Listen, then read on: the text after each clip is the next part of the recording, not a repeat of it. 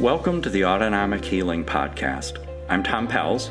And I'm Ruth Lawrenson. We'll be unpacking what it looks like to activate your brain to holistically manage stress and trauma that bring healing to the mind, body, and spirit. Being free to live authentically as humans. Thank you for joining us. Let's get this conversation started. Our first ever episode of the Autonomic Healing Podcast. Super excited to be doing this together. Oh, I am delighted. Mm-hmm. Yeah. And I think, in reflection, as we were talking about all of the things that we could talk about, one of the things that we wanted to start with today is this topic of the tsunami of stress. It's the human condition that we find ourselves in. And it's a term that you've coined, the tsunami of stress. So I'd love to open us up with that. Like, how did you even come up with that phrase, the tsunami of stress? Because of what a tsunami is, and observing the dynamics of how we experience when the flight or fight response is triggered. And it's an escalating pattern. See, with a tsunami, what happens with a tsunami is that there is some disturbance very deeply in the earth. And that disturbance can be explosive. And that pressure and all those things that are happening deep in the earth explode. Wow. Yeah. And then there is this cataclysmic pressure wave that just starts moving massive amounts of water, hundreds of miles an hour, but it's deep in the ocean. And nobody would see it on the surface, but it's moving at a massively strong level, deep in the ocean. But as that wave is moving across the bottom of the ocean, and the bottom of the ocean and the floor rises, there's no place for that wave to go but up. Wow. Into where it is entirely visible. Mm-hmm. And then as the shore approaches, that huge wave crests and then collapses because there's nothing to support it. But that wave has always been there. And then it collapses and causes terrible devastation and destruction. Mm-hmm. And then when all that energy is spent and it washes back out, and all the debris and everything that was a part of life is washed out into the deeps again, waiting for another eruption. And that image of a tsunami just struck me as what I had seen for so many decades, experienced in my own life from trauma and stress. And something triggers it, and all that pressure that has been there. And then something triggers it, and there is this massive energy that gets triggered. We experience that activation as a sense of stress and need. And that's the first place that the tsunami begins. And it's an escalating pattern of attempts to flee the sensed or perceived threat to well-being. That can be someone's words, a look, a situation, their decisions. It can be environmental. But we sense or perceive a threat to our well-being, and we're reactive to it. And naturally, we have a flight or fight response, and it begins with attempting to flee that threat, to avoid it, to escape it. And the freeze, flight, fight. Freeze is just another version of avoiding the sensed threat. If I hold really still, like I'm a rabbit and there's a dog running by, or a fox, and if I hold really still, I can avoid and a sense of escape that threat. Yeah. But it's still fleeing, it's avoiding, it's trying, it's just a frozen fleeing. And then that stress and need gets activated, and we try to flee that sensed or perceived threat to well-being. And if there's anything everybody is experiencing, especially with COVID, is that where there was marginal mental health issues, they are full blown now. And where there were mental health issues that people were not coping, it's just a disaster now. Mm-hmm. That's so true. You know, even in just our society today, with the speed of everything that's going on, and then add COVID to it, stress is such an issue for us. But for me, when I first heard you talk about the tsunami of stress, it was just fascinating to have that picture, because I think for me, I'm sure for some of our listeners, they might think, yeah, that's what it is. I've lived that. I'm living that. Totally. So I think I love that phrase, just because it gives us that strong picture. And then it's not just a picture of what we're under, but it's showing this kind of cycle, like you mentioned, fight and flight. Mm-hmm. Talk a bit more about that, the cycle of fight and flight. Yep. Yeah. We, as to survive, if we are confronted with an actual threat to well-being and we don't flee it, mm-hmm. then we will be harmed. So we attempt to flee that sensed or perceived threat to well-being. The tricky thing is that we often, because the way the brain and the body stores stress and trauma, then our reaction to what's happening now is out of proportion mm-hmm. to what's actually occurring now, because it's all of that stuff that was built in building up and the pressure of all that deep in our being that's being activated because it was never normalized to start with. Mm-hmm. And then when I experience something today that has enough in common with that, then the paradigm, as I like to describe it, is that was then, and then is now. Mm. Yeah.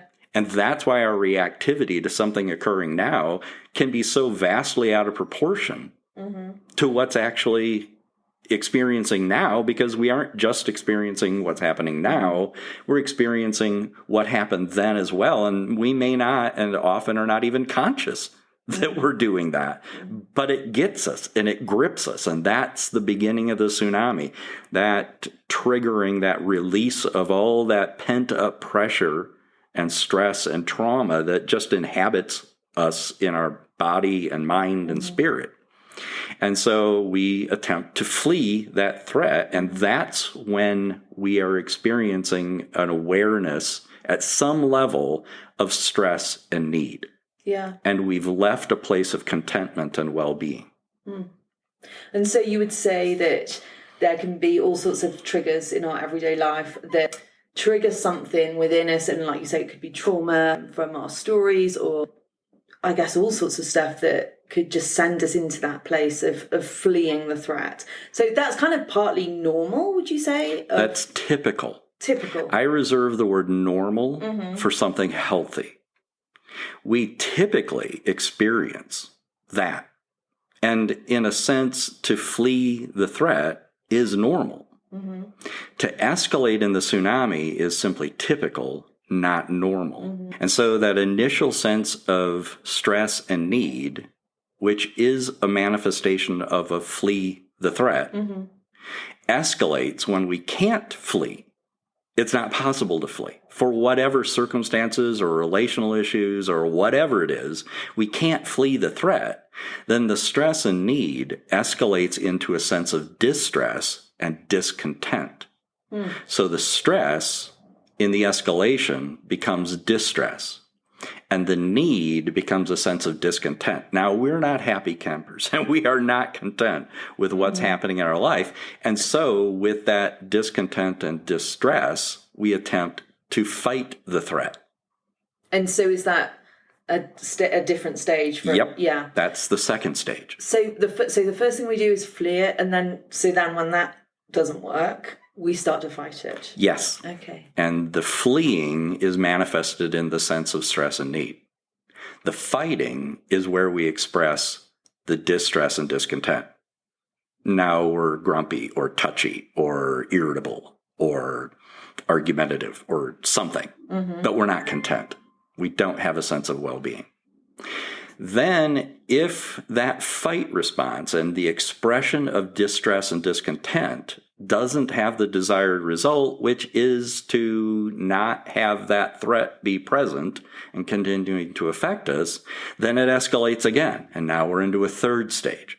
Okay. And the third stage is going back to flee the threat. Why? Because it's a binary option. It's flee the threat, fight the threat, flee the threat, fight the threat. And but it's not actually solving or resolving the underlying issue.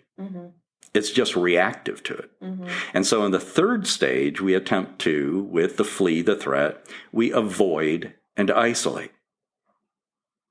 So avoidance of a subject, of a conversation, of a person, of a situation, or isolating ourselves so that we are not present.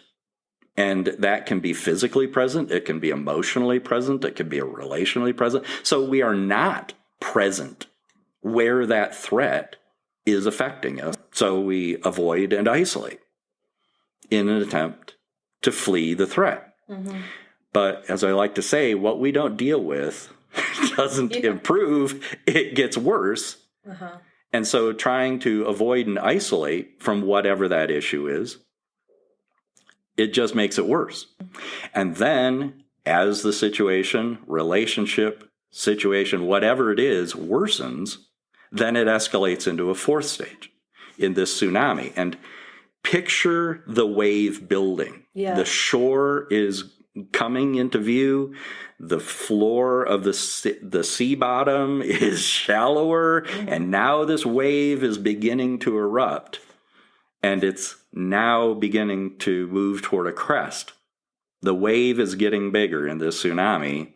And then having been unable to avoid and isolate, or the avoidance and isolation has not been effective in dealing with that original sensed threat to well-being, or perceived threat to well-being, then it escalates into a fourth stage, which is where we're back to fight the threat. And it starts with resistance.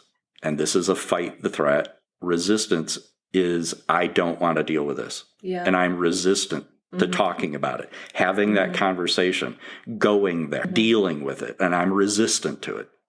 And then still in that fourth stage, that resistance turns into defiance. If you bring it up, I'm not going there with you. Don't go there. And we are defiant.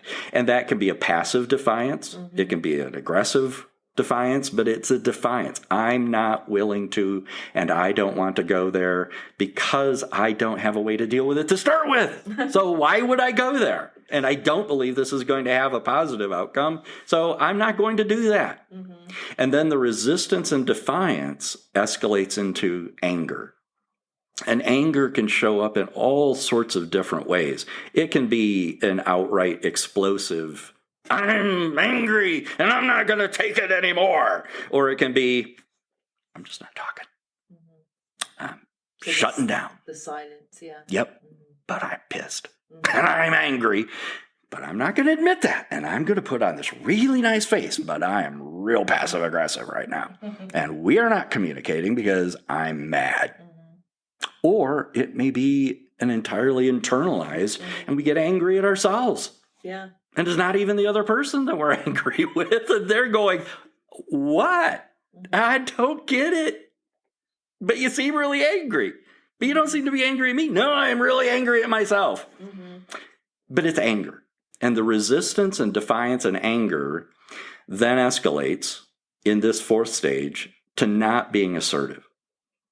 And we're not valuing relationship. And that may be all about, you don't think the way I think, or you don't value what I value, or you don't believe what I believe. And it turns into all sorts of other stuff, but we lose that sense of valuing relationship with. Because we're not.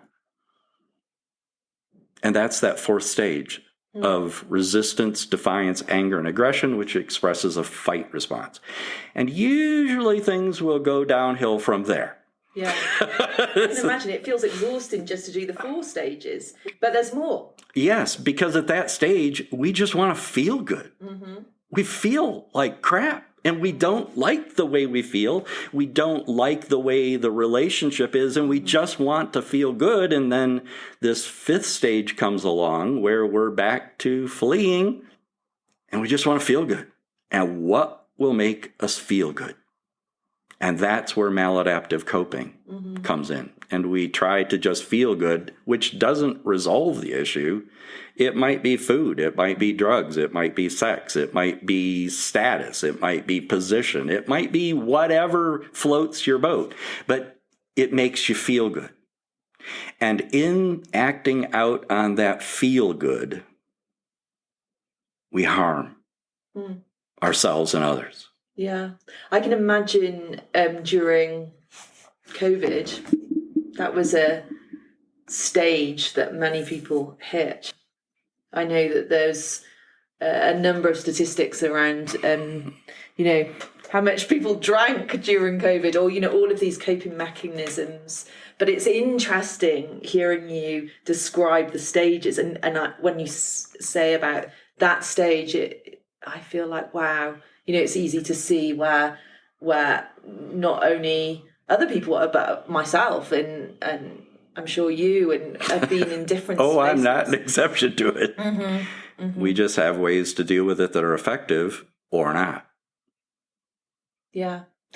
And so there's this, so that's stage 5, where we are just so utterly probably exhausted, right, from where we've come from, this triggering event. We flee, we fight, we flee. We fight. We fight. We flee. We flee. And we flee into those maladaptive ways that just make us feel good, but they cause harm to self and others. Yeah. That self-gratification that results in harm to self and other. And even to the planet. I mean, it's all a connected whole. Yeah. And no one lives in isolation. And even if they think they are, they're not isolated from themselves. And that has an impact on everyone, ultimately to one degree or another. And when we have done that, then the next stage kicks in. Which is? Shame and guilt and fear and condemnation. Well, that sounds familiar.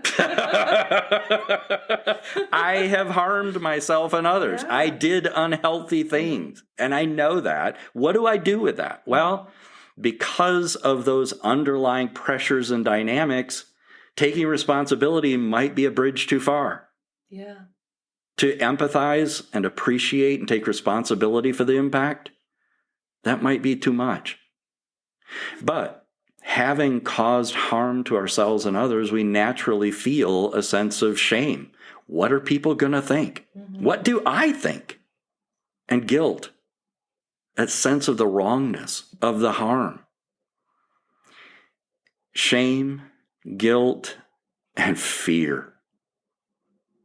We become afraid of the repercussions, of the implications, of the consequences, of the impact on the relationship. And we fear that. And then there is that sense of criticism and condemnation. We might externalize that blame to somebody else. And if they hadn't done that, then I wouldn't have done this. Or it might be condemning ourselves, and we beat ourselves up for the harm that we have caused. Yeah. But what's distinctly lacking is a sense of empathy, feeling into, and an awareness that it matters how I have harmed myself and others. But when we're in the tsunami, empathy is the biggest casualty. Wow. Then, because shame, guilt, fear, and self-condemnation and feeling bad doesn't actually address any of the issues that have now developed, we're back into the next stage. We've fled, we've fought, and we want to flee again, and we escape self-awareness. Wow. We don't want to be in touch with ourselves. We don't want to go to those places of a deep truth and an awareness. And so we camouflage, we isolate, we avoid, we pretend, we pose, and we act like, oh, did that happen? Really? Was it really as bad? And we escape self-awareness. That personal reflection doesn't occur. Or somebody wanting to talk with us about it. Those conversations don't occur. I think that that's just a really interesting stage to be in, and you know, our society can prop that up pretty big. It's a cottage industry. Our society is built on escapism, escaping self-awareness. So much of the things that are about self-awareness aren't even participated in that increases self-awareness. It props up the posture, the image. And why is that? So we're pretty far in now. Oh, we're deep. And the wave has crashed. Oh, the wave has already crashed. The wave has crashed, okay. And this is the detritus and debris, and we're swimming in it, and we're up to our necks in it. This is stage... I forget the number. It's not the point. The point is seeing the dynamic. The dynamic, yeah. And so recognizing the dynamic. Lack of... somewhere blending in. Around I loved what you said about the camouflaging in. I can see how, or pretending. Public image. Yeah. Avoidance of absolutely the real truth of what's going on. And so what happens from that point? Because not dealing with something doesn't tend to make it better, and that escaping self-awareness, then that opportunity to grow and to mature and to gain self-respect from taking responsibility and empathizing with the harm that we've caused ourselves and others, because that doesn't occur, it still happened. We did harm ourselves and others. We did engage in the maladaptive way to cope. And that has to be responded to. At some point, we can only pose and posture so much. And as the phrase used to be, and the chickens come home to roost.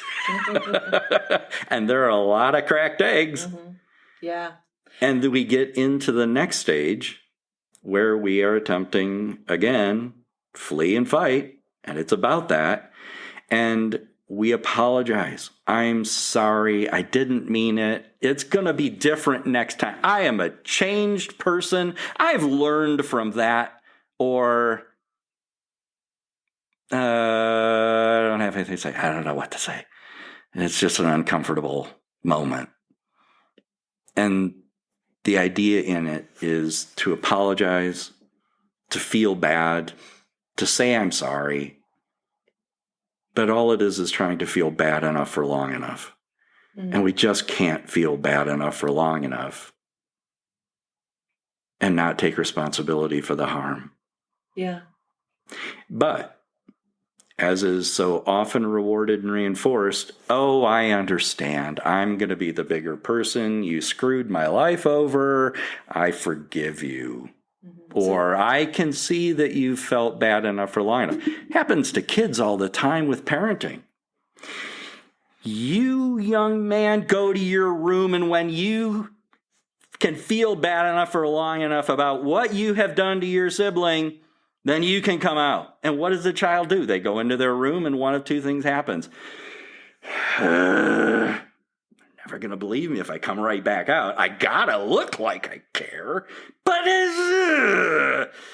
and they stem and they fume and they stew about it until they come out and say, I'm really sorry. I didn't mean to hit my sibling. Okay, I can see how bad you feel about it, so it's okay now. No, it's not. They felt bad enough for long enough. Or, worse, they do go into their room and they feel terrible about what they've done. But that doesn't mean it matters to them in a healthy way. Yeah. And they learn to feel bad enough for long enough and apologize and say, I'm sorry. Or maybe even worse, say, I didn't mean it. And then the next stage comes in. All's forgiven. It's all right. And that pseudo change transitions into a pseudo normal. But all of that has happened and nothing is normal or healthy or resolved. And then the next time, that tsunami, and now the wave has just washed all the debris out and it's a calm surface. but there's even more stuff in the bottom of the ocean and more pressure just waiting for another trigger. And so we go through these triggers that take us right the way through that cycle. I find that fascinating. One thing that you said that I thought was really interesting was there actually is an opportunity in the tsunami to the truth of the matter. But often we don't do that. We just go through this different stages. In some ways, if we can seize that opportunity, that's where we can gain healing and wholeness. We are wired to heal. There's something called homeostasis, and that is life.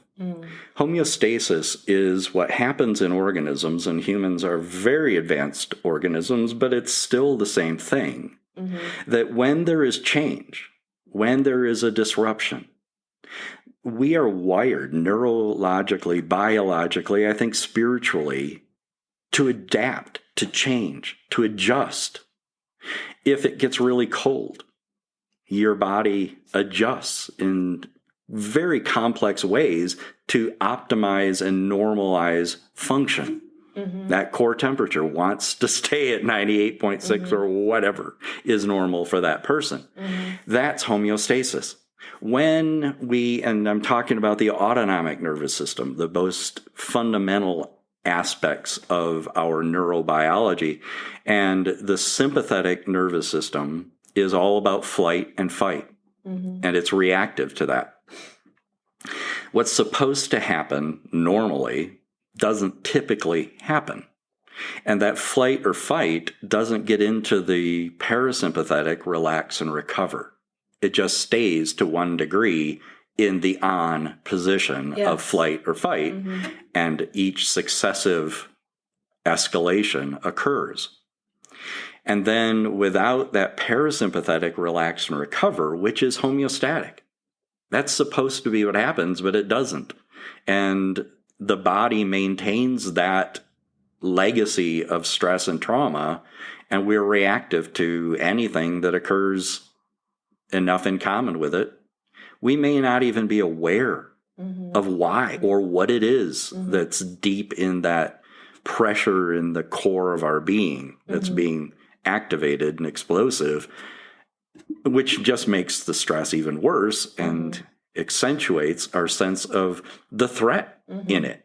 Yeah. But what's supposed to be able to happen and can happen, and this is the autonomic healing. In the autonomic nervous system, that sympathetic flight or fight can give way to the parasympathetic relax and recover. And what I've found, and what autonomic healing activation is, occurs because of the third part of the autonomic nervous system, which is the enteric nervous system. The enteric nervous system is the part of your brain that isn't in your skull. Brain cells are neurons. And we got billions and billions of them, as Carl Sagan would say, are in our skull, even though we really don't know how many, any more than we know how many billions and billions of stars there are. There are billions and billions of neurons in our brains, and we don't know how many, but it's an estimate. And there are 100 million brain cells that are in your spine, and then there are 400 to 600 million brain cells that are down in your gut. Wow. And that's the enteric nervous system, and that part of your brain is about the same size as a brain in your dog. And it's sitting down there in your gut, and it's very much connected to anxiety and depression and stress, reactivity. Anybody who's gotten butterflies in their stomach or felt like they were going to throw up under stress knows exactly what their brain down there is doing. What I discovered is that you can, and that's very much, the enteric nervous system is about healing and homeostasis, adjusting to promote or restore normal.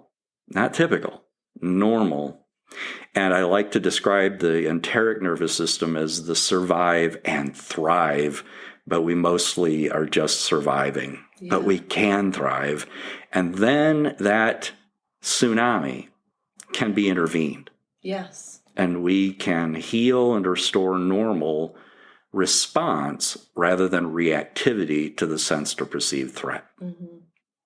I feel the urgency to post a brain exploding emoji right now.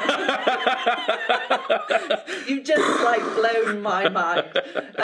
But I appreciate hearing all that, and the understanding that actually we're created for homeostasis, but then the human condition that we live in, this tsunami of stress that is triggered, builds, goes through the different stages. There is an answer here. There is a way in which we can actually bring healing, bring us back to homeostasis. I know for me, I was thinking about even in my early 30s, feeling I used to have stress that would really affect my body. I would be like tested for arthritis, or my muscles would throb and all sorts of stuff, and nothing came back as an illness at all. And I know you'll speak to this in just a second. Yes. But I remember almost feeling, even though I have no background in this space at all, but I had a sense of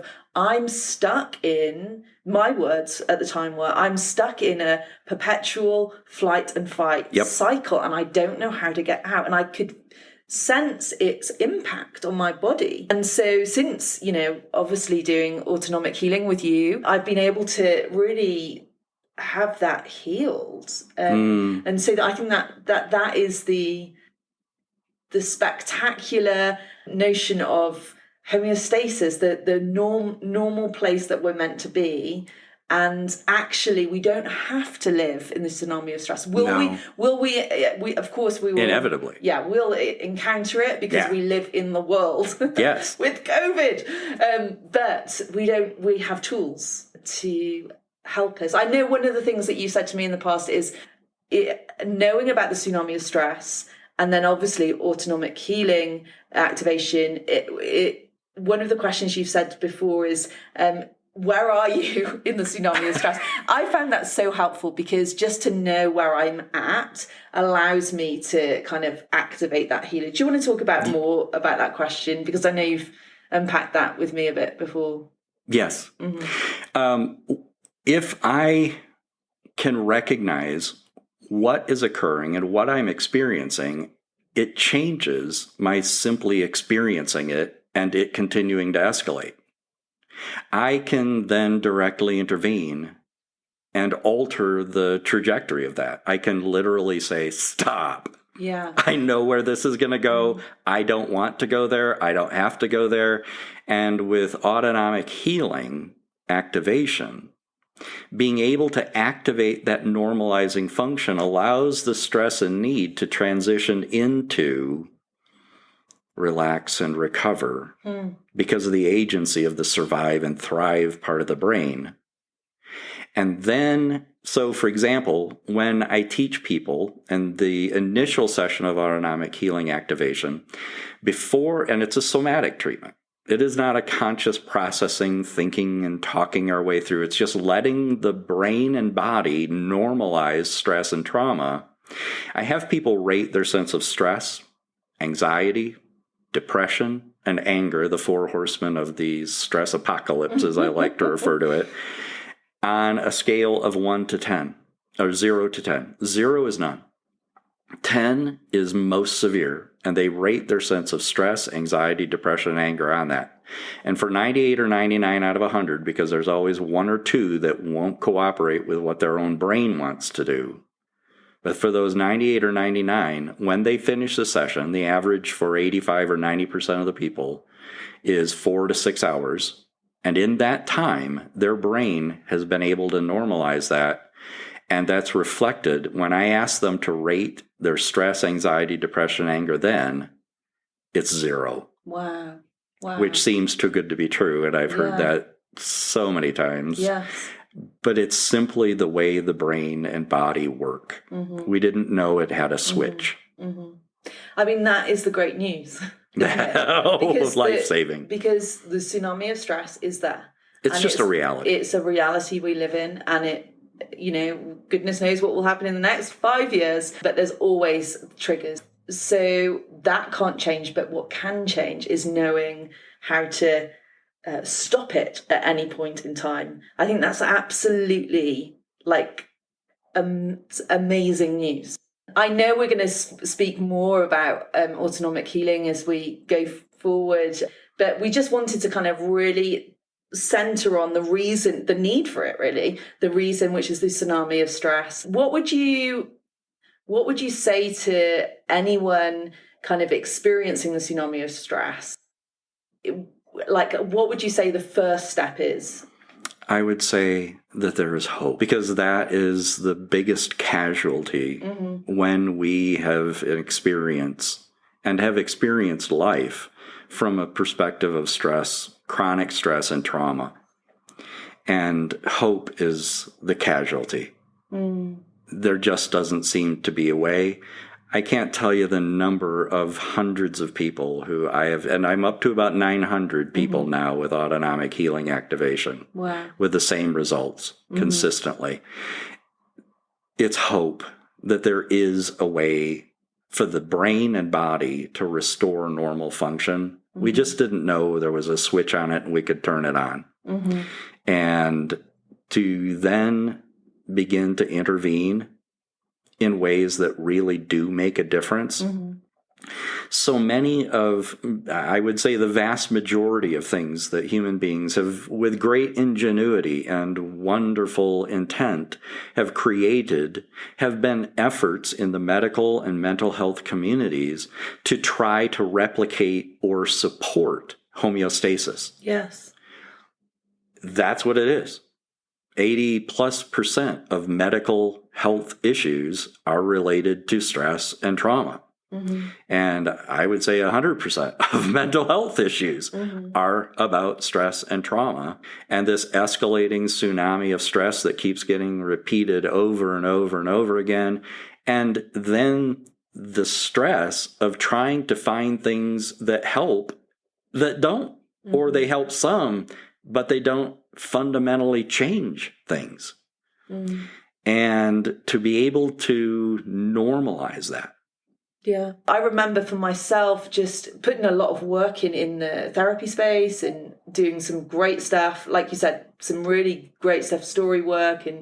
But I remember it just got me to a certain point and I felt like, well, I was aware of my triggers and miles ahead of where I'd been 5 years ago, but still felt like I wasn't healed. And so my experience with autonomic healing activation is that I've entered into a space of actual healing. So that for me has been something remarkable. So I just wanted to, if you wanted to speak into that, I know you've spoken to me before about, there's only so much you can do with the mind, but when you can deal with the brain, actually our brains can actually heal us. Yes. Do you want to talk about that at all? Yes. I had a lot of trauma from childhood. And I was sexually abused by an adult female when I was just a toddler. And my father had PTSD from World War II. He was in the South Pacific. And when you have to take someone's life with your bare hands, that is incredibly traumatizing. For the first couple of years after he had returned from World War II and was married to my mother, he would wake up with night terrors strangling her. Living that out. And that really impacted his relationship with me. I didn't have a paternal relationship. Yeah. He couldn't do that for me. And then there were all sorts of other things, being bullied. I was a very thin child and small and was pretty targeted with bullying, and all sorts of other stuff occurred. Just to give an idea. So no matter how much healing I could find spiritually, no matter how much work I could do in understanding the dynamics of the tsunami, of more rational interventions in our what I call seemingly rational perceptions that seem very rational to us. We problem solve with them. We make decisions, but because they're not actually rational, all they do is create more stress and problems. And no matter how much I could do there was still that place that I was not whole. And so I wanted to find a way for myself and others that there could be that wholeness, that healing, and that restoration. And it's a very long story about how I figured out how to turn on homeostasis, but it's been life-saving for so many people. Yeah, we will get to that in a different episode. But it's just really amazing to have that revelation and to find out how we can do that. I'm really looking forward to the next couple of episodes that we're going to be doing. Well, there's so much to unpack in this space, but I think, most of our listeners will really understand and appreciate just kind of the understanding of the tsunami of stress. And like you said, that there is hope with autonomic healing. So I think we will get back together for our next episode, and I look forward to continuing the conversation with you, Tom. Can't wait. Yeah.